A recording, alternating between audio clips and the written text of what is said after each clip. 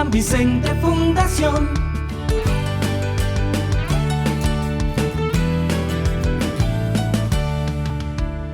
San Vicente Fundación. Muy buenas tardes. Bienvenidos a esta última sesión de A Nuestra Salud 2019. Como ustedes saben, este es un ciclo de conferencias organizados por el Hospital San Vicente Fundación de Medellín, en colaboración con sus especialistas, quienes de manera dedicada preparan temas de interés para todos ustedes. Nuestro agradecimiento muy especial para el Centro Comercial San Diego, porque ellos, fieles al cuidado de la salud y a la prevención de la enfermedad, nos ceden este espacio para que mes a mes podamos llegar a ustedes y asimismo a otras personas por medio de nuestras grabaciones en el canal de YouTube, y muchos se puedan beneficiar del conocimiento que aquí nuestros especialistas les brindan. El día de hoy vamos a ver un tema demasiado especial. Vamos a hablar sobre la andropausia y la menopausia. Tema demasiado común que genera demasiadas preguntas, que genera mitos. Y es un tema, es una situación por la que todos vamos a tener que pasar algún día, ¿cierto? Y que de pronto tenemos algún miedo frente a qué nos va a pasar cuando empecemos a pasar por esa situación. Más o menos edad promedio, 45 años, me corregirán si estoy errada nuestros especialistas en breve. Entonces, para ello, hemos invitado al doctor Carlos Alonso Builes Barrera, endocrinólogo muy reconocido por ustedes, de nuestro Hospital San Vicente Fundación, quien se vino muy acompañado, porque vuelvo y repito, este tema es demasiado especial, con la doctora Luisa Muñoz Fernández, ella es médica ginecóloga, y el doctor Alejandro Carvajal, médico urólogo. Entonces ellos tres hoy nos van a guiar sobre este tema, nos van a aclarar inquietudes para resolverlas y asimismo, digamos que bajar la guardia frente a muchas de ellas. Doctor, adelante. Muchas gracias Claudia, gracias a ustedes por estar acá. Invito a Luisa y lo que hemos preparado para el día de hoy es más como una conversación. Es más como algo realmente saboreadito, es algo que sea más sencillo de digerir y de entender, y vamos a buscar hacerlo desde la parte tanto femenina como la parte masculina, porque ustedes saben que tanto a los hombres como a las mujeres nos llega un periodo donde las hormonas van a cambiar. Entonces, sin más preámbulos, doctora Luisa, cuéntenos qué es esto de la menopausia. O sea, bueno, es común que a veces uno escucha la palabra la perimenopausia o la premenopausia y la menopausia, ¿eso es lo mismo? ¿A qué se están refiriendo con esa palabra? Bueno, buenas tardes a todos. Entonces, la idea para hablar de menopausia tenemos que hacer referencia a un proceso fisiológico que es normal, es decir, al que todas las mujeres vamos a pasar en un momento determinado de nuestra vida, que se caracteriza por dos cosas muy fundamentales. Uno, por el cese de la capacidad reproductiva, es decir, a partir de la menopausia las mujeres perdemos la posibilidad de embarazarnos, y por el cese de la función hormonal. Y vamos a ver entonces más adelante qué sucede en nuestro organismo cuando las hormonas estrógenos y progesterona, que mes a mes vamos produciendo debido al ciclo menstrual, van a desaparecer por el cese de la menstruación. Entonces muchas personas dicen, bueno, perimenopausia, menopausia, posmenopausia. Digamos que como menopausia reconocemos ese periodo en el que una mujer dice, llevo un año sin menstruación, hace un año no me viene el periodo, no tengo manchado, no tengo sangrado y puedo o no tener algunos síntomas. Perimenopausia es el proceso. Algunas mujeres dicen, me ha venido un mes sí, 3 meses no, se me fue por 6 meses y me volvió, y en ese lapso de tiempo de perimenopausia el periodo puede estar irregular, pueden o no haber síntomas, pero sabemos que está empezando ya un proceso que va a terminar con el cese final de la menstruación. Y las mujeres posmenopáusicas somos todas aquellas que ya tenemos más de 50 años, hace rato dejamos de menstruar y llevamos nuestra vida común y corriente. Pero entonces, a ver si yo logro entender. Cuando a una mujer le viene la primera menstruación, normalmente no es que le venga ahí mismo todos los meses, sino que se va como empezando a cuadrar. Y entonces cuando ya se va a ir la menstruación, más o menos pasa lo mismo, como que se empieza a desarreglar y se empieza a ir cada mes y medio o cada 2 meses, y eso es lo que entonces decimos perimenopausia. Sí. Muy bien. ¿Y de qué depende que esa perimenopausia dure un poquito más para unas mujeres que para otras, o más o menos cuánto espera uno que dure todo ese plazo? Entonces, digamos que es un proceso muy particular. Cada mujer va a experimentar este proceso en la vida de manera especial. Hay algunas circunstancias, familias donde uno dice, en mi casa, mis hermanas y yo, todas hemos dejado de menstruar alrededor de los 45 años. Y mis primas y mi mamá hemos tenido o no hemos tenido síntomas, pero digamos que es algo muy familiar. Hay otros grupos familiares donde dicen, nosotros menstruamos hasta los 58 y normal, y alguna prima tuvo un hijo por allá a los 45, 46 años. Entonces, digamos que es muy familiar y además muy dependiendo de la zona. Una cosa es, aquí hablamos de mujeres colombianas, diferente si estuviéramos en Europa, donde las mujeres tienden a tener una menopausia un poquito más tardía, entonces menstruan incluso más allá de los 50 años, pero digamos que es un proceso muy particular, también ligado a si una paciente tiene o no alguna enfermedad, si la han operado, si ha tenido una resección de los ovarios y se los hayan sacado, digamos que eso adelantaría el proceso de la menopausia. O sea que es normal, digamos que en promedio para nuestra gente 48, 50, 52. Sí, más o menos es el promedio, 48 años, cuando uno es muy quisquilloso y le empieza a preguntar, pero venga, usted antes no empezaba a sentir algunas cosas particulares. Algunas mujeres pueden decir, la menstruación sí me estaba durando un poquito más, tenía algo de sangrado. Muchas mujeres tienen que consultar porque el periodo ha cambiado, entonces me está durando algunos más días y es donde empezamos a hacer todos los exámenes, ecografías, medimos las hormonas, nos damos cuenta que estamos en el periodo de la perimenopausia, le explicamos a las mujeres que hace parte de un proceso normal y las acompañamos hasta el momento en que dicen, ya doctora, ya no más. Y entonces entendemos que la menopausia es una enfermedad o es un cambio de la vida. Esa es una pregunta muy interesante porque es un cambio de la vida. Entonces, me gustó mucho ahorita que el doctor nos hizo una analogía porque como es un proceso tan particular, si todas nos devolvemos allá al principio, en la adolescencia, a todas nos vino la menstruación de manera diferente. Hay mujeres que desde el primer ciclo menstrual fueron regulares y han sido un reloj estricto cada mes. Y las envidiamos a muchas. Y otras decimos, vea, los primeros 2 años, eso era un mes sí, un mes no. Muchas adolescentes en los colegios tienen problemas porque les viene el periodo sin saber, algunas con cólico, muchas tuvimos acné y tuvimos acné hasta los 25, 30 años y otras mujeres nunca tuvieron problemas de la piel. Entonces es un proceso muy personal. Y así como lo hicimos en la adolescencia, cuando llegamos a la perimenopausia, a la menopausia, es un proceso también muy individual. Entonces, es muy útil aprovechar a las tías mayores, a las abuelas y preguntar cómo fue ese proceso. La mayoría de las mujeres de 60 años, ay, sí me acuerdo por allá que me dejó de venir la menstruación, y muchas no tienen queja de síntomas mayores. Algunas otras muy particulares sí dirán, me tocó un proceso difícil porque tuve sofocos, tuve bochornos, pero digamos que hace parte de un proceso fisiológico normal en el que nuestra tarea es acompañarlas, obviamente en el momento en el que veamos que el sangrado se pasa de exceso o que los calores ya son muy intensos y que necesitan tratamiento, digamos que estamos para acompañarle, pero es un proceso por el que todas vamos a pasar y que en principio se considera normal.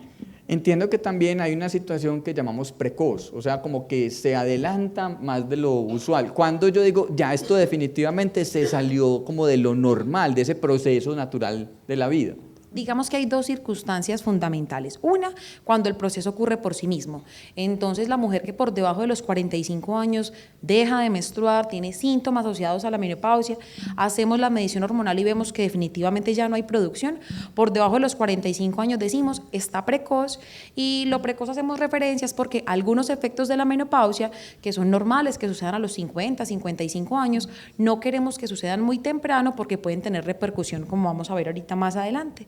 Y hay otras mujeres en las que por alguna circunstancia requieren una cirugía donde hay que extraer los ovarios. Entonces, dependiendo de la edad de la mujer, determinamos si necesita que le demos hormonas para suplementarlo o si por el contrario, si fue a los 48 años, digamos que corresponde con la edad en la que la mayoría de las mujeres fuéramos a tener menopausia y no requeriría más tratamiento. Bueno, aunque la mayoría de las personas que están interesadas aquí en el tema son más mujeres, pues también veo algunos hombres en el auditorio, entonces voy a dar paso por lo menos aquí a contar un detallito, y es que así como en la mujer hay la menopausia, pues en los hombres también podría haber una disminución en la producción de nuestra hormona, que es la testosterona.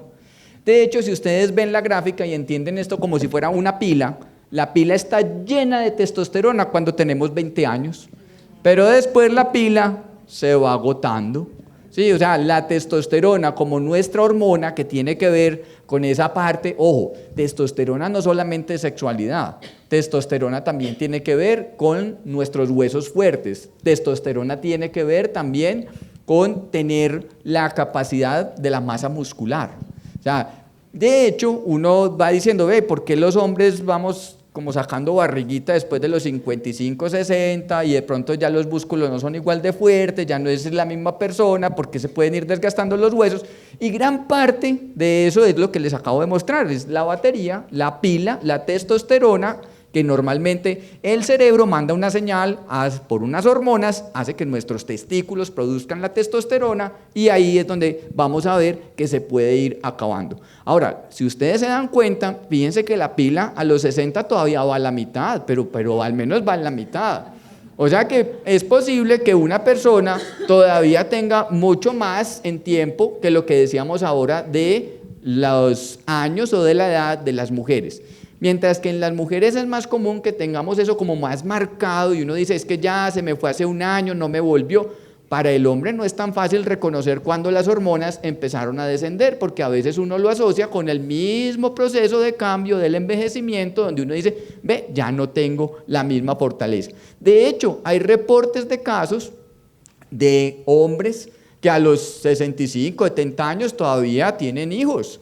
Y una cosa es la testosterona y otra cosa son los espermatozoides. Y digamos que, aunque están por el mismo territorio, digamos, uno podría ver que hayan personas con testosteronas más bajitas a lo largo de la vida, pero que no necesariamente, así como sí sucede en la menopausia, se altere la fertilidad. O sea, en menopausia sí está muy claro que si a usted se le acabaron los óvulos y se acabaron la parte de las hormonas, se acabó la probabilidad de estar en un embarazo. Pero para el hombre, de a poquito, pero se va perdiendo también. Entonces, ahora sí, todos hemos escuchado, y la menopausia es muy conocida por todos por el sofoco, el que se está ventilando, el que tiene el calor, el que no deja dormir. ¿A todo el mundo le pasa eso? O realmente, pues yo había escuchado por allá una anécdota que en los países de Oriente la palabra menopausia como que ni siquiera existía y que entonces tenían un alto consumo de soya y que algunas mujeres ni siquiera sentían el periodo de la menopausia. ¿Sí? Pasaba como desapercibida. ¿Eso es real o eso es como más mito? No, entonces es real. Los síntomas de la menopausia son muy variables y uno puede encontrar en una población, como digamos aquí en el auditorio, mujeres que digan, yo dejé de menstruar y de verdad no sentí mayor cosa. Vi la irregularidad menstrual, pero pues no sentí mayor sofoco.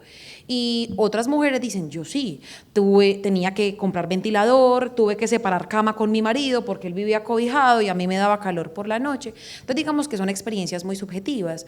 No es lo mismo yo tener oleadas de calor en la costa a tener oleadas de calor, por ejemplo, en Bogotá. Entonces, digamos, el clima también influye, así como influye el peso. A las mujeres que somos gorditas y trocitas, los calores nos dan más duro. Entonces, probablemente una mujer que sea delgada, que vive en una zona del país arriba en Río Negro, donde todo el mundo tiene frío, probablemente los síntomas de calor van a ser menos severos que otra paciente en otro lugar. E incluso en el mismo lugar, dos mujeres pueden actuar completamente diferente. Entonces, son muy variables. Pero sí hay alguna relación con la comida. Entonces, en estudios uno sí ve que, digamos, los asiáticos tienen menos reporte de síntomas vasomotores, aunque también existen. Entonces, los sofocos son muy personales. Nos toca preguntarle a cada mujer, usted qué ha experimentado, qué tan duro le dan y qué tanto afectan la calidad de vida. Porque muchas andamos sofocándonos, ventaneándonos, y digamos que eso no afecta lo que estamos haciendo, pero hay mujeres que realmente dicen, no puedo dormir. Y se paré pieza con mi marido y tuvimos pelea porque no pudimos dormir. Entonces, digamos que dependiendo de cada las experiencias que ustedes nos cuenten, vamos viendo si necesitan o no tratamiento, si hace parte de lo normal o si requiere intervención. Nosotros en la consulta de endocrino vemos pacientes con hipertiroidismo, o sea, con la tiroides superacelerada. Y una de las características es que la hormona genera calor. Entonces la persona tiene calor a toda hora, entonces se tiene que bañar 3 veces en el día o 4 porque no puede del calor. Está con el acelere y la tembladera y la palpitación. El calor del paciente que tiene tiroides acelerada es diferente al calor de la paciente de menopausia, o hay como alguna pistica para yo diferenciarlo. Digamos que se pueden parecer mucho y en realidad hay muchas cosas como cuando uno come picante, que le da uno por comer comida mexicana, que el picante también da sofoco y da calor. La característica de los calores de la menopausia, digamos que tienden a ser más en la noche, entonces por eso incomodan más, porque tienen la aparición tardiva en la noche y tienen, digamos, como una regla de aparición. Entonces primero empieza el calor, con el calor viene el enrojecimiento, viene el sofoco, la necesidad de yo ventilarme, me retiro la ropa y una vez pasan unos minutos de calor, el cuerpo dice, bueno, ya botamos mucho calor, tenemos frío, y pasa entonces a tener un poquito de temblor, a volverme a poner la ropa, y eso en realidad es lo que incomoda, más que el calor, es el ventilarme, abrir la ventana, quitarme la cobija, y a los minutos volver a cerrar la ventana, ponerme la cobija y estar en ese proceso. Entonces digamos que sería de pronto algo para diferenciarlo, pero indiscutiblemente una mujer joven que tenga, por ejemplo, calores, pues no podemos decir, bueno, es menopausia, requiere que hagamos todo el estudio para descartar otras causas como la tiroides. Una pistica para nosotros es que el paciente que tiene un problema en la tiroides es un calor continuo, día y noche. Y de pronto el de la menopausia, la pista es que son como momentos de es el fogonazo, se subió y son 3, 4, 5 eventos dependiendo de la severidad. Eso lo hace un poco diferente con respecto a lo que podría ser el del calor del hipertiroidismo. Esa pudiera ser una pista fundamental. Muy bien. Bueno, también dice que entonces el trastorno del sueño, la parte del ánimo, de hecho a veces uno le dice, ¿será que es que está como menopáusica? Porque está como brava, mal genio, irritable. ¿Eso sí tiene que ver o no tiene nada que ver? Entonces digamos que lo primero es que hay una connotación mala hacia la menopausia y eso se lo debemos no sé a quién. Entonces si uno ve a la mamá con rabia, mamá menopáusica, ¿cierto? Todos vamos a pasar por ahí. Entonces la idea es, hay algunos síntomas que sí se relacionan con la menopausia. Entonces si yo en la noche tengo 5 o 6 episodios de sofoco y cada episodio de sofoco me dura alrededor de unos 6, 7 minutos, teniendo en cuenta el calor, luego el frío y cómo me regulo, pues nadie duerme bien. Y cuando uno se levanta 7 veces en la noche, al otro día, pues uno amanece cansado, uno tiene un poquito más de mal genio. Si el de al lado le dice, otra vez la cobija, abriste la ventana, probablemente tenga discusiones con la pareja. Si los hijos empiezan, entonces ve a mi mamá cómo está. Entonces digamos que son circunstancias alrededor de un síntoma que no necesariamente quiera decir que eso implique que sea malo. Y cuando uno mira en términos generales, las mujeres vivimos mucho tiempo en posmenopausia, pues uno espera vivir unos 80 años, quiere decir que los 40 a los 80 vivimos más de la mitad de la vida sin hormonas y llega un punto en que la mayoría sí, yo tuve calores y eso se me quitó. Entonces la idea es aprender o mirar cómo podemos afrontar esos añitos duros de la perimenopausia y posmenopausia, donde estos síntomas son más intensos. Bueno, yo quiero dar la bienvenida también al doctor Alejandro Carvajal, él es urólogo y vamos a continuar con la parte ya, estamos haciendo como el paralelo entre hombre y mujer. Entonces decíamos ahora que en la andropausia hay una disminución marcada de la testosterona y así como con la mujer hay unos síntomas, pues a los hombres también nos achacan un poco de síntomas, ¿cierto? Todo eso que dice ahí es realidad, nos volvemos barrigones, flacos, con los bochornos, se nos cae la función sexual. ¿Eso es así o también es como mito? ¿Qué nos puede contar de esto? Bueno, buenas tardes a todos, muchas gracias por la invitación y gracias a ustedes por esperarnos y por estar aquí. A mí este tema me apasiona mucho, me apasiona y es un tema inevitable del envejecimiento de nosotros los hombres. Es muy interesante el hablar primero de la definición, porque es que el término andropausia es un término que nos inventamos todos, ¿cierto? El término de menopausia es un término mucho más establecido, el de andropausia es un término como para hablar de que hay un estado similar en el hombre, ¿cierto? Equivalente a esa pérdida hormonal que tienen las mujeres y que probablemente es mucho más evidente. En los hombres hay una cosa que es interesante y es, por definición, doctor Builes, hay que decir que la andropausia es un estado muy difícil de diferenciar del envejecimiento normal, ¿cierto? Eso es muy interesante porque entonces, miren que si ustedes ven la diapositiva, dicen pérdida del cabello, el cabello está más delgado, irritabilidad, o sea, se vuelve muy rabioso, se concentra menos, tiene menos memoria. Obviamente también tenemos que hablar de la parte sexual, de la disminución del deseo sexual, de las erecciones, todas estas cosas, y ustedes todos van a pensar, pues eso es una cosa que le pasó a mi marido, a mi hermano, a mi tío o a mi abuelo, ¿cierto? Porque a todos los hombres nos va pasando con el tiempo. Entonces es una cosa que se puede utilizar como sinónimo de envejecimiento. Lo que pasa es que la andropausia hablando como término patologizando la enfermedad, o sea, hablando desde un escenario médico, hay una disminución de los niveles de los andrógenos o de las hormonas masculinas que nosotros producimos, principalmente la testosterona, que se correlaciona con todos estos síntomas. Entonces, lo importante es decir, no es porque mi papá o mi hermano o yo mismo me esté volviendo más rabioso, se me están olvidando más las cosas, sino que hay una explicación desde el punto de vista hormonal que nos hace tener toda esta clase de síntomas. Entonces, no es, se está volviendo muy cansón, se está deprimiendo, se está volviendo muy rabioso, sino que hay una explicación desde el punto de vista hormonal que puede explicar todos esos cambios que tenemos. ¿Hay alguna edad donde más o menos uno espere que esto suceda, así como en la menopausia? Es interesante hablar, la edad obviamente depende de cada persona. Hay realmente una evidencia de que después de los 40 años nosotros los hombres tenemos una pérdida progresiva y lenta de la producción de testosterona, de esa hormona masculina, por nuestros testículos. Entonces, además de que hay una pérdida progresiva y lenta de producción de testosterona por los testículos, hay un medio ambiente hormonal en todos los hombres a medida que vamos envejeciendo que también va acentuando más que esa pérdida de producción de los andrógenos o de las hormonas masculinas se vaya haciendo más evidente y vaya teniendo un impacto más importante. Entonces, después de los 40 años, pero hay gente que a los 50 o a 60 apenas está sintiendo, otra gente a los 45 puede estar empezando con los síntomas. Pero una persona podría, esa va para las Sí. personas, ¿es posible que la menopausia se adelante por alguna enfermedad o que la andropausia se adelante? Y ¿realmente diríamos que es menopausia o andropausia o diríamos es que es una enfermedad que cambió el curso natural de las personas? La doctora primero. Entonces, digamos que para las mujeres tenemos afortunadamente muy establecido, de acuerdo a la edad, cuándo es un proceso normal y cuándo no. Entonces, cuando tengo menos de 40 años y tengo ausencia de menstruación, no puedo embarazarme y disminución de las hormonas, lo denominamos insuficiencia ovárica prematura o falla ovárica prematura. Y eso corresponde a una serie de circunstancias, enfermedades que nos toca evaluar para mirar por qué los ovarios hicieron una falla de manera más temprana. Entre los 40 y los 45, digamos que lo pudiéramos denominar menopausia precoz, un proceso por agotamiento de los folículos, pero de que habría que buscar si es porque esa persona tenía la condición para hacerlo temprano o si hay alguna enfermedad. Y ya por encima de los 45, digamos que haría parte del rango de edad que habíamos discutido anteriormente, donde pudiera ser normal. Perfecto. Nosotros en la parte endocrina pues siempre estamos muy atentos dentro de lo que ella decía, de la tiroides y de la prolactina. ¿Sí? Digamos que la hormona que se llama la prolactina es en pro de lactar. Pero resulta que si en algún momento se descontrola y arranca a producirse más de la cuenta, esto lo que va a hacer es bloquear toda la parte hormonal y entonces va a llevar a que se pierdan los periodos. Entonces es una mujer que empieza a tener falta de su periodo menstrual y le está saliendo leche sin estar amamantando a su bebé. Entonces uno dice, ¿cómo así?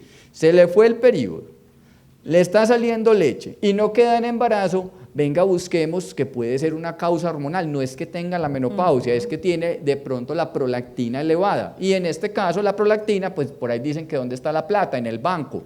¿Dónde se produce la prolactina? En la hipófisis. Entonces la hipófisis es el comando central de las hormonas de nuestro cuerpo y allá cuando está elevada puede haber un pequeño tumor benigno, generalmente eso es pequeñito, que tiene tratamiento, que se le dan unos medicamentos y que hace que otra vez, al nivelar la prolactina, se regulen los ciclos y vuelvan y aparezcan los ciclos e inclusive que la mujer pueda tener sus hijos. O sea que debemos estar atentos que si se presenta muy tempranamente, el médico debería jugar un papel importante en decir, puede haber algo distinto. Y la prolactina también tiene que ver con los hombres, es menos frecuente, pero también podría pasar. Cuando yo digo, venga, esto está como raro, busquemos a ver si es que este hombre tiene otra cosa. Bueno, interesante. Hablando de la prolactina, hay una cosa muy interesante y es que los hombres, a pesar de que tenemos, digamos, una producción evidente de hormonas como la testosterona, que normalmente es en la que nos concentramos mucho, hormonas como la prolactina también pueden afectar el funcionamiento de nosotros a nivel general y a nivel sexual también. Entonces, cuando tenemos un paciente, nosotros, que tiene sobre todo dos síntomas, cuando los pacientes tienen una notable pérdida del deseo sexual, ¿cierto? De notable pérdida del deseo sexual, porque la prolactina puede afectar tanto el deseo como la función sexual. La función me refiero a la erección, por ejemplo, o a la eyaculación, ¿cierto? Como funciones, otros aspectos del funcionamiento sexual. Pero cuando pierde notablemente el deseo sexual, el interés por tener relaciones sexuales, no quiere acercarse a la pareja, por ejemplo, y además de eso, tiene síntomas visuales, tiene síntomas, por ejemplo, está teniendo cambios de la agudeza visual, está teniendo dificultades para ver más rápido de lo normal, o visión borrosa, o viendo doble, o muchos dolores de cabeza, normalmente uno puede sospechar que hay una elevación de los niveles de prolactina y que uno de esos tumores que el doctor Willis menciona, benignos, está creciendo y está produciendo efectos, tanto en los niveles de la prolactina como a nivel cerebral. Muy cerca están el quiasma óptico, los nervios que van hacia la visión y que generan la visión. Entonces esos cambios nos hacen sospechar a nosotros los clínicos que haya un aumento de la prolactina, ¿cierto? Nosotros normalmente nos concentramos en los niveles de testosterona, pero también hay que acordarse que por el funcionamiento hormonal, cuando hay niveles altos de prolactina, normalmente hay una regulación que hace que los niveles de testosterona también tiendan a ser un poco más bajos. Entonces, los niveles altos de prolactina, de esta hormona que está mencionando el doctor Willis, también pueden afectar los niveles de testosterona y incrementar todavía más los síntomas, sobre todo en los de la esfera sexual, los síntomas sexuales. Y si le quiere poner un poquito más de picante, súmele la tiroides. Ah, bueno, usted es el experto. Ah, claro, Usted es el experto, yo como no voy a hablar de la tiroides acá, pues, tenía que meter la cucharada. Tiene que vender lo suyo. Pues resulta, vean, yo les cuento la historia. Una vez un paciente, muy necio el hombre, muy desjuiciado, de tiroidectomía total, le sacaron toda la tiroides porque había tenido un cáncer de tiroides, pero el hombre súper desjuiciado. Sin embargo, el hombre llegó a consulta porque dijo, mi mujer me va a echar, no estoy funcionando, vea, nada de nada. Al hombre lo único que le importaba era que no tenía desempeño sexual, que no podía, y resulta que hay una cosa muy interesante, es que cuando un paciente tiene un hipotiroidismo severo, descontrolado, también baja no solamente la parte del deseo sexual, la función sexual, sino que además puede asociarse con elevación de la prolactina. Entonces eso hace que los pacientes empiecen a tener la caída de la testosterona. Entonces fíjense que por ahí dicen muy bien que todo lo que usted haga acá tiene repercusiones en otro lugar del mundo o en otra parte de la vida de su familia. Entonces en este caso es como si las hormonas fueran una gran familia y si una hormona se altera puede alterar también otras hormonas que lleven a otros cambios. Entonces miren, lo interesante de esto es empezar a pensar que no es solamente que me faltó la menstruación o no puedo tener mi desempeño sexual, sino que puede esto también decirnos se trate de otras alteraciones hormonales. Ahora, hemos escuchado unos nombres con los que más o menos estamos familiarizados: FSH, estradiol, testosterona, LH. ¿Qué son esos? O sea, ¿cómo es lo de esas muestras de sangre? Entonces, digamos que en términos femeninos, la medición de las hormonas a nivel de la sangre nos permite evaluar cómo está funcionando el ovario, y el ovario pues funciona comandado por la hipófisis. Entonces, con la medición de la FSH, que es la hormona folículo estimulante, la que estimula el ovario, y con la medición del estradiol, de los estrógenos, podemos hacernos un panorama de cómo es la función hormonal de esa mujer y de en qué periodo se encuentra de lo que hemos estado hablando. Entonces a mí generalmente me dicen, doctor, mándeme el examen de la menopausia, a ver si ya estoy en la menopausia. Pues clínicamente ya se sabe que si lleva un año, pues listo. Pero ¿hay algún numerito como que le oriente a uno en ese examen de la FSH para decir, vea mi hija, ya esto por acá, ya está definido? Entonces digamos que eso es muy importante porque todo el mundo quiere saber cuándo ya. Y desafortunadamente en el caso de las mujeres eso no es tan estricto. Yo puedo tener irregularidad menstrual, tener calores y la FSH todavía no se haya elevado, porque es un proceso que demora en tiempo para el cerebro para darse cuenta de que el ovario no funciona del todo. Y el ovario no se funde como un bombillo, ya, hoy deje de funcionar, sino que empiezo a dejar de funcionar progresivamente. Entonces, en primeras circunstancias, si soy una mujer de 50 años, llevo un año sin menstruar, tuve calores, severos o no, y no he menstruado, el médico puede perfectamente hacer diagnóstico de menopausia. Está en la edad, tiene el año de ausencia de menstruación y tiene los síntomas. Si tengo alguna duda, porque está muy joven, porque no me cuadra, porque es que lleva 6 meses sin menstruar, no lleva el año completo, podemos medir la FSH y digamos que entre 25 y 40 es el número mágico. Con 25 uno dice, ya vamos hacia la perimenopausia, 40 es el número con el cual decimos ese ovario no está funcionando y está haciendo que la hipófisis tenga que funcionar de mayor manera y nos da la pista de la falla de los ovarios. Alejo. Con la testosterona. Bueno, hay una cosa aquí muy interesante y es con respecto a la testosterona. La testosterona es, como les dije desde el principio, una de las hormonas que nosotros más nos enfocamos a medir, esta hormona masculina que es producida por los testículos. Hay unos valores, normalmente cuando está por debajo de los 300, entre 280 y 300 nanogramos por decilitro, normalmente cuando están por debajo de esos valores, la mayoría de las veces se producen síndromes clínicos. Síndromes clínicos es que tiene alguno de los síntomas que ya les mostramos en la diapositiva anterior. Pero ojo con esto que es interesante y es muy importante. Y es, tenemos muchos pacientes con valores de testosterona total normales y con síntomas. Entonces ahí viene lo interesante porque ahí le voy a empezar a enredar un poquito la cosa. Y es, si usted tiene unos valores de testosterona que están dentro del rango de normales y usted dice, fui donde el médico y me dijo que la testosterona estaba normal, pero yo tengo problemas con el sueño, yo tengo irritabilidad, no tengo deseo sexual, las erecciones son malas, tengo todos los síntomas, un médico me dijo que tenía todos los síntomas y el otro cuando yo fui a la EPS me vio la testosterona y me dijo, usted no tiene nada, está normal. Ojo con esto, que hay otras cosas que influencian que ese valor de testosterona tenga contacto, o sea, que los valores de testosterona que tenemos nosotros los hombres tengan mecanismo de acción en ciertas partes del organismo. Me explico, los pacientes cuando están sobre todo muy obesos o los pacientes con ciertas condiciones de funcionamiento, sobre todo de hepáticas del hígado, pueden tener las proteínas que transportan esa testosterona, esas hormonas, elevadas o disminuidas, y eso hace que usted, a pesar de que tenga la testosterona normal, pueda tener síntomas. Entonces, si usted tiene problemas con el hígado, es uno de los ejemplos más frecuentes, si tiene problemas con el hígado o está muy obeso o incluso en el envejecimiento también, mientras más envejecemos también, teniendo niveles de testosterona incluso dentro del rango normal, podemos tener síntomas de hipogonadismo.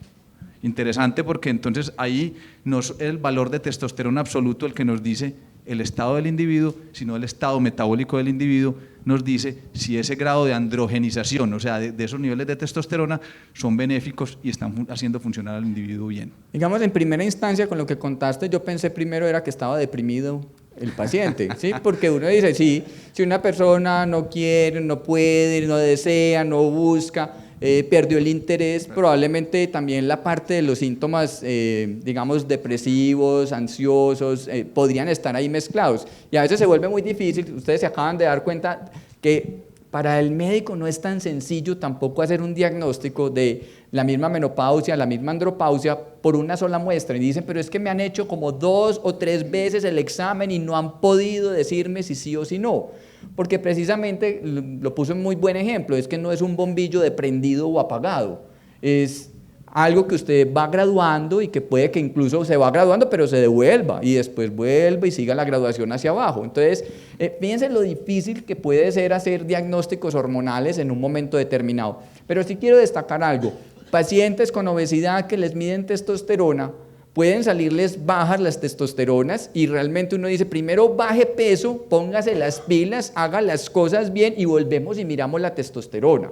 Porque está muy claro que hay otros factores que pueden tener influencia sobre los resultados del laboratorio y no deberíamos interpretar solo por un valor aislado y a veces se necesita una secuencia. Yo quiero hacer un comentario porque no puedo dejar pasar por alto esto que es fundamental. Y es que siempre lo he mencionado en conferencias médicas, pero me gusta mucho más mencionarlo en conferencias a los pacientes, y es el impacto tan grande que tiene la combinación entre la depresión como enfermedad, no la presión, la depresión y la baja de las hormonas, ¿cierto? Porque eso es una bomba de tiempo. Y eso sí me preocupa porque nosotros los médicos no le hemos dado la importancia que merece Carlos, y es paciente que está deprimido, que tiene una depresión y que ha sufrido de depresión y que esté envejeciendo y que tenga los niveles de testosterona bajos, es bomba de tiempo, porque esos pacientes, si tienen depresión mayor, pueden tener mucho más riesgo de tener un intento suicida. Entonces, si usted conoce un paciente que usted lo ve siempre, que siempre ha sido depresivo, que ya ha estado ingresado por depresión, pues en alguna vez, o ha consultado al médico, que ya ha estado tomando antidepresivos y sospeche que tiene un déficit hormonal, póngale cuidado a ese paciente. Perfecto.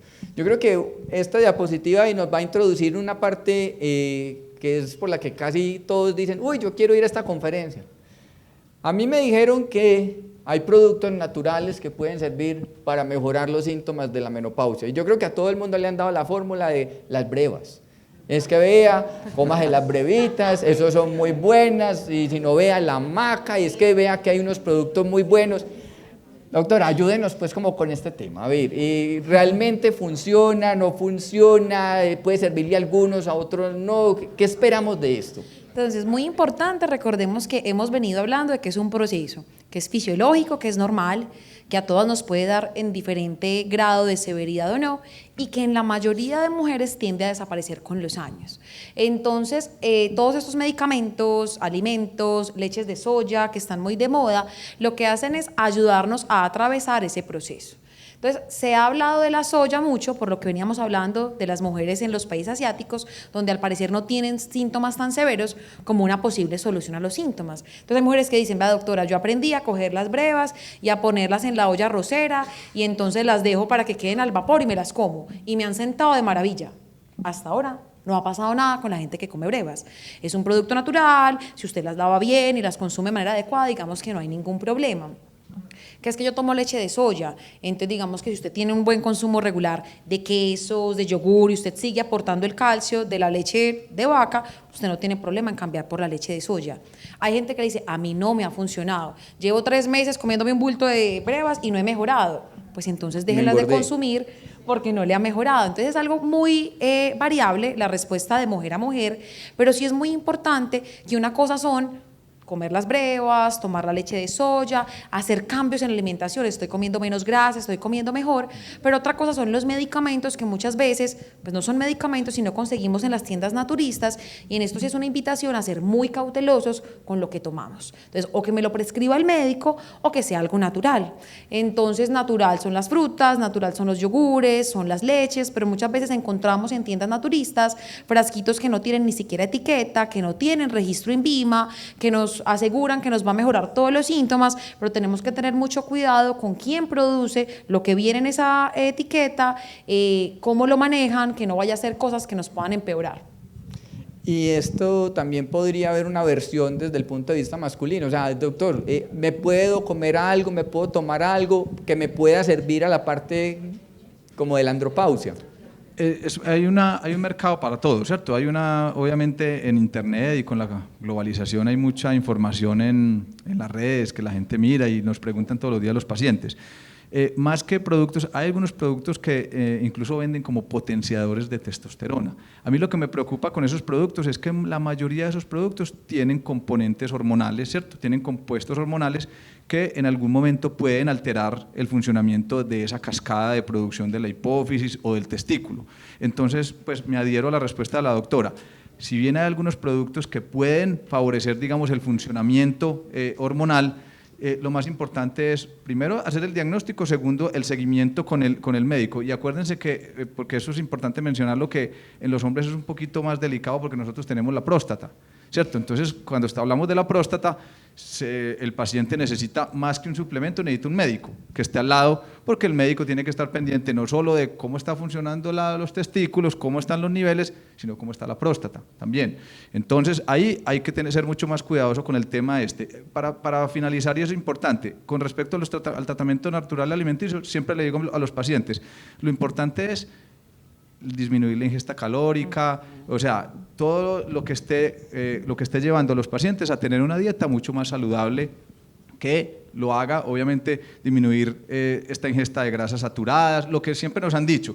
Eso es la mejor manera de cuidarse naturalmente. Obviamente las verduras, las frutas, los vegetales probablemente sean una mejor fuente de alimentación que las calorías, que las harinas, que las grasas, que los fritos y estas cosas. La respuesta es sí, probablemente. Y como les dije ahorita, el paciente que tenga una ingesta más hacia ese lado, más hacia unos alimentos más naturales, va a tener menos posibilidades de tener un sobrepeso, de tener un aumento del panículo adiposo, de la grasita esta de la barriga que nos hace tanto daño y que nos puede alterar también los niveles hormonales.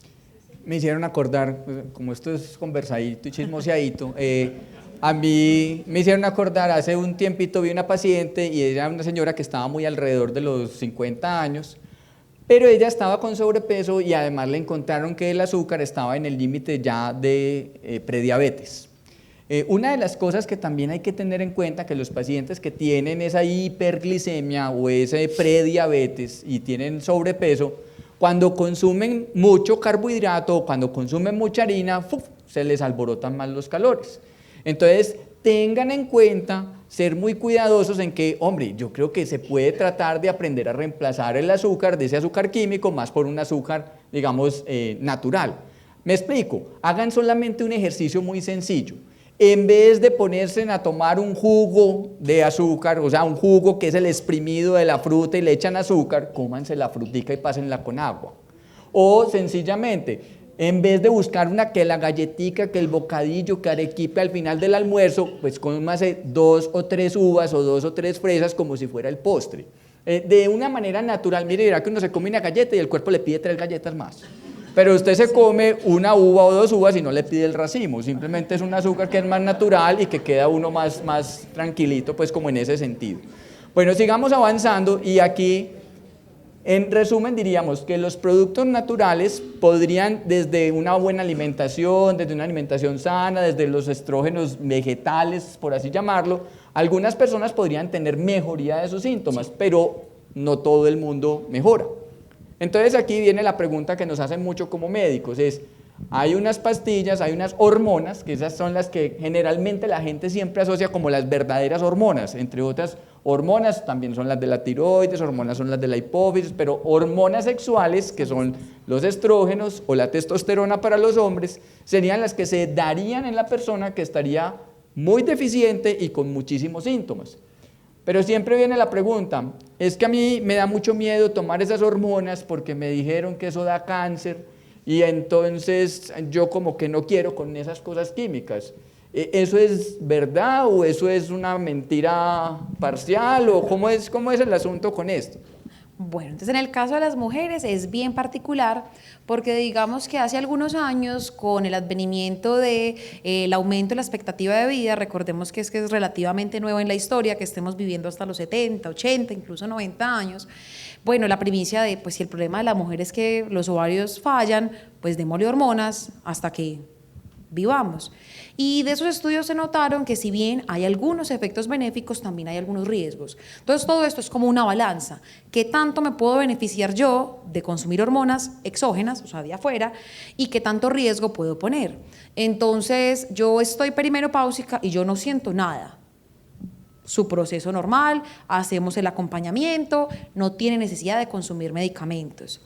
Diferente a la mujer que dice, yo me voy a morir, es que ya me separé de cuarto con mi marido, no puedo ver a mis hijos, he peleado con toda la cuadra, esto me hace infeliz, yo no puedo por los calores, definitivamente esto está afectando mi calidad de vida, como dice el doctor, relacionado con depresión, porque que a uno toda la familia le diga, ve, ahí va la menopáusica, eso también afecta el estado de ánimo. Hay un momento donde decimos, venga, creemos que se beneficia el tratamiento hormonal. ¿Qué es lo importante del tratamiento hormonal en las mujeres? Uno, que no es indefinido de por vida, o sea, desafortunadamente sabemos que tomar estrógenos y hormonas toda la vida no nos va ni a hacer vivir más. Sí puede obviamente mejorar los síntomas porque si el problema era que no había estrógenos, tomarlos va a disminuir los calores, pero nos va a exponer a ciertos riesgos que en términos generales se van yendo hacia la balanza en que no serían ideales. Entonces, lo más importante, uno, que si alguna mujer considera que los síntomas son lo suficientemente graves para afectar su calidad de vida, consulte. Y una vez que consulta podemos mirar en el panorama de opciones qué medicamentos pueden mejorarle. Hay mujeres que empezamos con medicamentos naturales, con los cambios en el estilo de vida, los cambios en la dieta y resultan, mejoré y me siento mejor. Hay mujeres que dicen definitivamente no me han resuelto, necesito tomar hormonas y entonces ahí vemos en la balanza qué riesgos hay y vamos evaluando cita tras cita. Doctor Alejandro. Bueno, definitivamente a mí me parece que lo más sensato es tener una buena indicación para el reemplazo hormonal en los hombres. ¿Por qué se los digo? Porque diferente a nuestro país, en sitios como en los Estados Unidos, en Norteamérica, hay un uso indiscriminado de preparaciones hormonales en hombres. Y eso tiene una razón, y es una razón comercial, y es que hay muchas clínicas y muchos centros que le venden a los pacientes lo que llaman ellos la fuente de la eterna juventud. Entonces le dicen, usted está deprimido, si usted no tiene ganas de tener relaciones sexuales con su señora, si usted ya se le está olvidando las cosas, le voy a dar una fórmula mágica para que todo eso mejore. Entonces, ¿usted qué dice? Pues maravilloso, ¿cierto? Muy bueno. El problema es que esa fuente de la eterna juventud no está exenta, como dice la doctora, de efectos secundarios. Entonces, si usted tiene indicación, si usted en realidad tiene los niveles de las hormonas bajitos y tiene indicación de tomarlos, maravilloso, ¿cierto? Fantástico para todos. Usted se beneficia y probablemente a largo plazo va a ser algo que, mirando los riesgos-beneficios, es benéfico para usted. Pero si usted no tiene la indicación y usted se está volviendo rabioso porque en realidad tiene una depresión, o le está dando, o no quiere tener relaciones y no tiene interés sexual porque tiene una apnea del sueño, porque no está durmiendo por la noche, y le ponen un reemplazo con testosterona o con hormonas, es muy probable que primero no se beneficie y segundo caiga en un riesgo, ¿cierto?, de tener otros efectos secundarios. Ahorita les mencioné, por ejemplo, la próstata, ¿cierto?, entre ellos. Pero acordémonos que también los pacientes que no están indicados, que no tienen indicación de tener reemplazo con hormonas y tienen problemas cardiovasculares, también podrían estar en un mayor riesgo de aumentar el riesgo de una enfermedad cardiovascular a corto, a mediano y a largo plazo. Una pregunta, porque estamos terminando ya por tiempo. Sé que las hormonas tienen también sus periodos. En términos generales, ¿cuál es como el momento más seguro de poder utilizar las hormonas, ya sea la inyección, el parche, el gel de los estrógenos, para esa mujer que está muy sintomática? Entonces, digamos que en cuanto a tiempo, primero la indicación, y lo ideal es que siempre haya un médico detrás de la formulación. Y aprovecho 5 segundos para decir lo que mencionaba el doctor, y es el abuso de las hormonas. En las mujeres, sobre todo en las pacientes jóvenes, ahí como a modo de chisme, como le dice el doctor, estamos viendo mucho uso de testosterona porque van al gimnasio y las mujeres sacan pierna y sacan cola. Entonces, por un efecto estético, me estoy recibiendo la suplementación hormonal del otro grupo, como digo yo, de los de allá, simplemente para un efecto. Entonces, eso afecta a las hormonas y tiene algunos riesgos. En las mujeres, hablar de estrógenos, sea por parche, por gel o por píldoras, digamos que un periodo seguro sería los primeros años de iniciada la menopausia, que es cuando más síntomas hay, por un periodo entre 5, algunos máximo 10 años, pero no por encima de los 60. Por encima de los 60 años ya los riesgos de infarto, de enfermedad cardiovascular empiezan a ir elevando la balanza hacia que hay más riesgos que beneficios y probablemente nos toque empezar un desmonte del tratamiento. Por último, yo quisiera que nos dieran unas recomendaciones en términos de cómo afrontar este nuevo periodo de la vida, porque así deberíamos empezar a entenderlo, y cómo cambiar un poquitico ese abordaje de la pareja, de la sexualidad o de la vida misma en la menopausia o en la andropausia. Este pedacito es otra charla. Digamos que al doctor tal vez no le guste, pero digamos que la sexualidad en las mujeres es muy diferente a los hombres. Cuando un hombre, y el doctor me dirá si no, pierde el deseo sexual, uno primero piensa la testosterona, ¿qué le está pasando? Porque los muchachos y los señores siempre están pensando en las muchachas y en las señoras.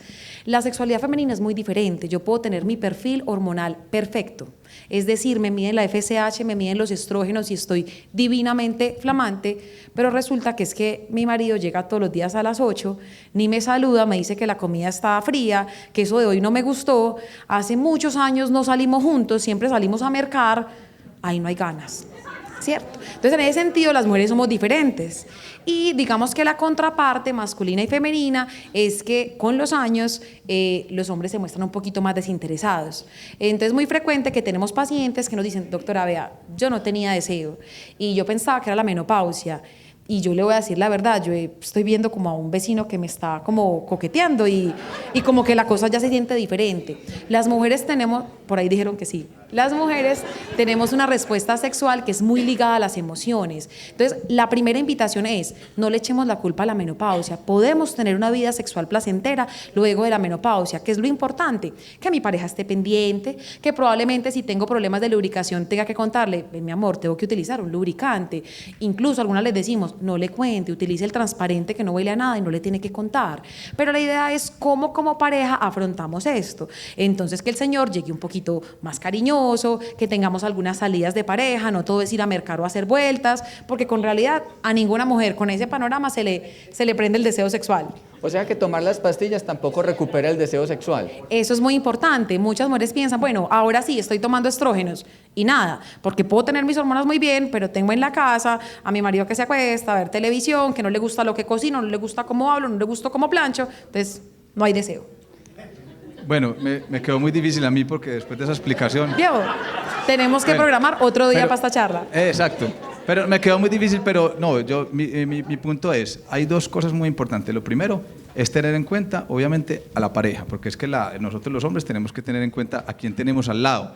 Si tenemos conocimientos y venimos a un evento de estos y sabemos que nuestra pareja puede tener algún problema del deseo, de la lubricación, todo lo que contó la doctora, pues obviamente la conciencia de esos cambios va a hacer que pensemos más en ella. Pero también hay una cosa importante, y para terminar tenemos que tener en cuenta que nosotros los hombres tenemos obviamente unos cambios con el tiempo que implica que el desempeño sexual, que el deseo y todo también va cambiando. Entonces, uno de los decálogos de la nueva masculinidad dice, tenemos derecho a tener menos erección, ¿cierto? Con esa erección que tenemos menor, tenemos que aprender a disfrutar la vida sexual, ¿cierto? Con ese menos deseo también, ¿cierto? Pero si no conocemos o si no tenemos en cuenta a la persona que tenemos al lado, es muy probable, doctora, que vayamos a empezar nosotros también a mirar la vecina o la secretaria, No, ¿cierto?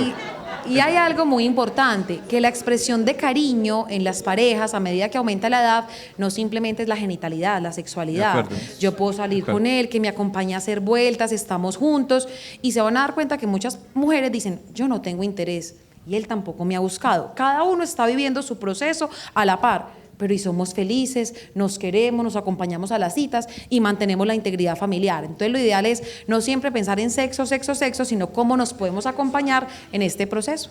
Muy de acuerdo. Esto es como el tiempo de televisión que se hace muy cortico, ya nos están haciendo señas que se nos está acabando o que se nos acabó, mejor dicho. Qué pesar, pero quería dejarles dos mensajitos adicionales.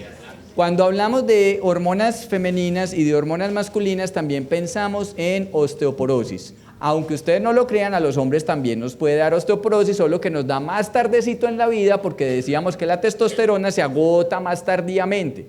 Entonces, en términos generales, se recomienda hacer el examen de la osteoporosis en las mujeres después de los 65 años.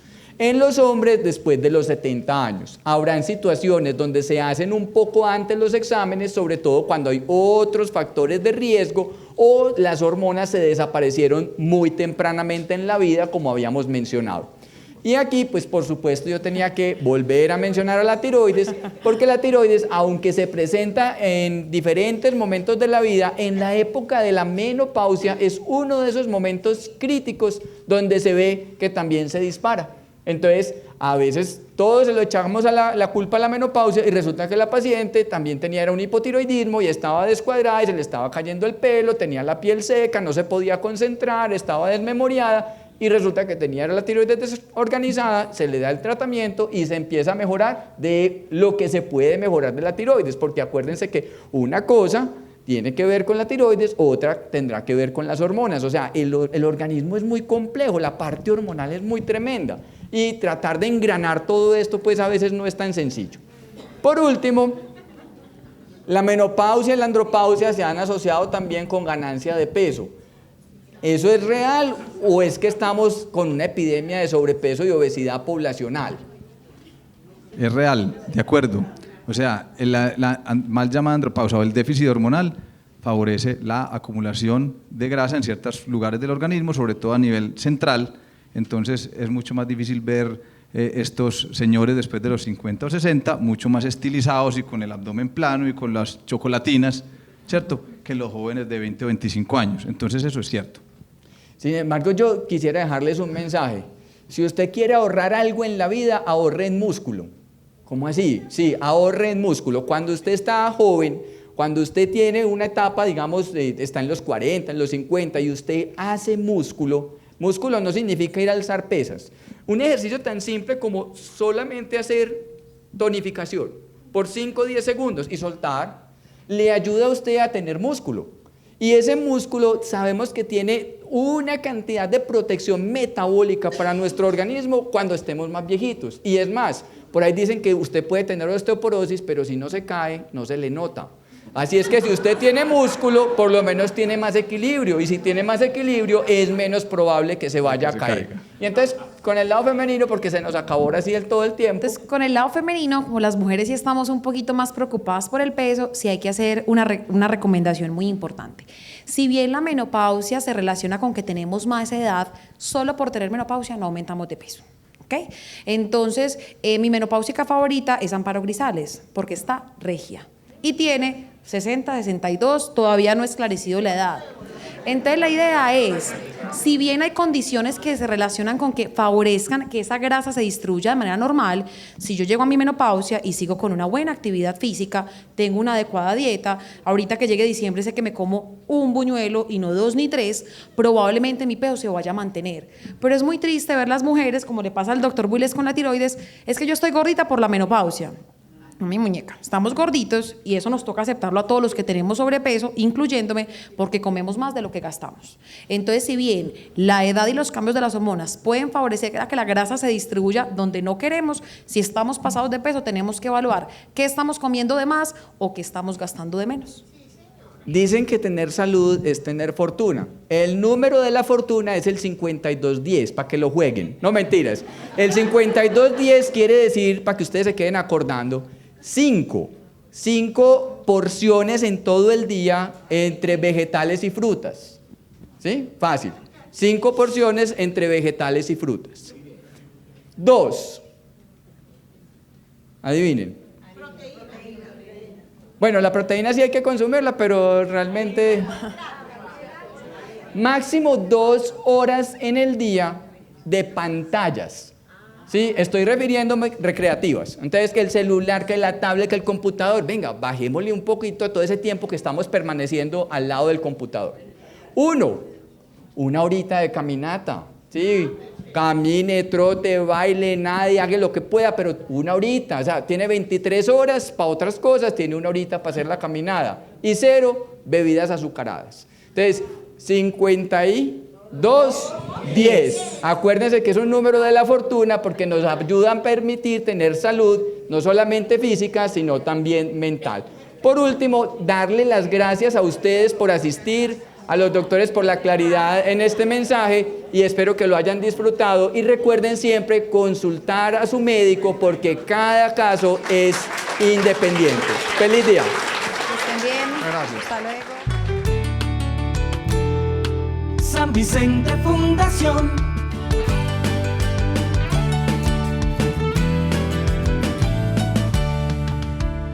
San Vicente Fundación.